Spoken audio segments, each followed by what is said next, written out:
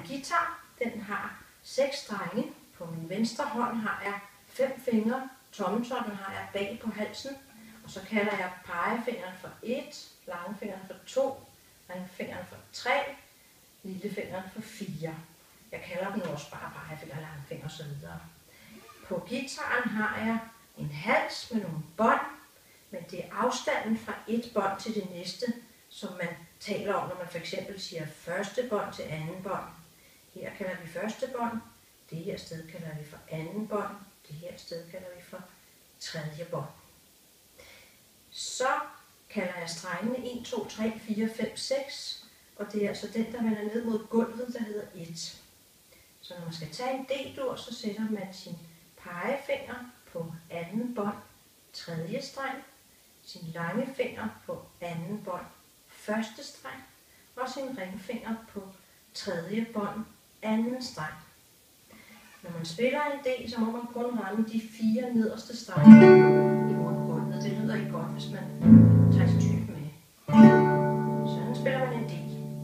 En D kan man nemt trylle om til en A7. Det gør man ved, at man løfter sin ringfinger, så flytter man pege- og langfinger en tand op mod loftet, men beholder en streng imellem dem. Sagt med andre ord, så ender man med at have pegefingeren på anden bånd, fjerde streng, og langfingeren på anden bånd, anden streng. Her må man ramme de 5 strenge.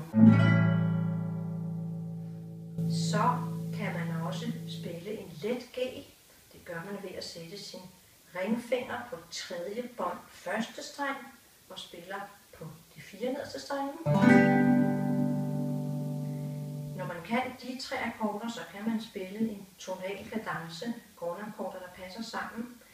For eksempel med 4 slag på hver, så når jeg spiller 4 gange på D, 4 gange på G, 4 gange på A7 og 4 gange på D. Det lyder sådan her.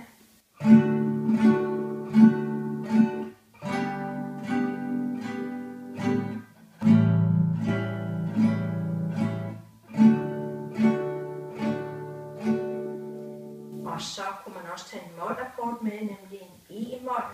Der sætter man pegefingeren på anden bånd, 5. streng, og langfingeren på anden bånd, 4. streng, og her må man spille på alle strengene.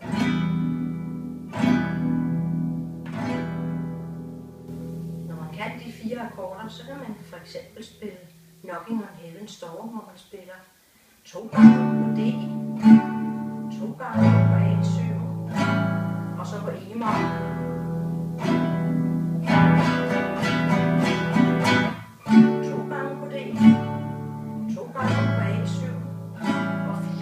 G.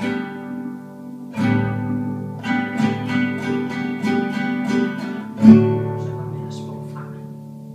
Med højre hånd, der kan det være godt at øve sig på, udover at slå ned med cirka 3-4 fingre, og slå op med tommeltotten.